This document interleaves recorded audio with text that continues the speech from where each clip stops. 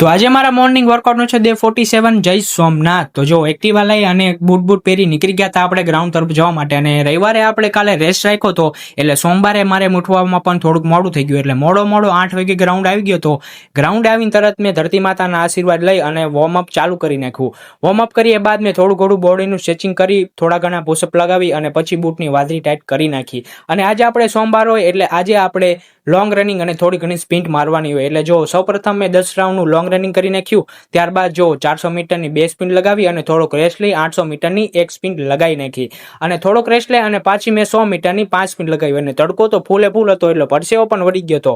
પછી જો મેં ડેલી એક્સરસાઇઝ કરતો હોય, એક્સરસાઇઝ કરી કે જેથી કરી મારે રનિંગમાં થોડો ઘણો ઇમ્પ્રુવમેન્ટ આવે અને સ્પીડમાં પણ પાવર આવે.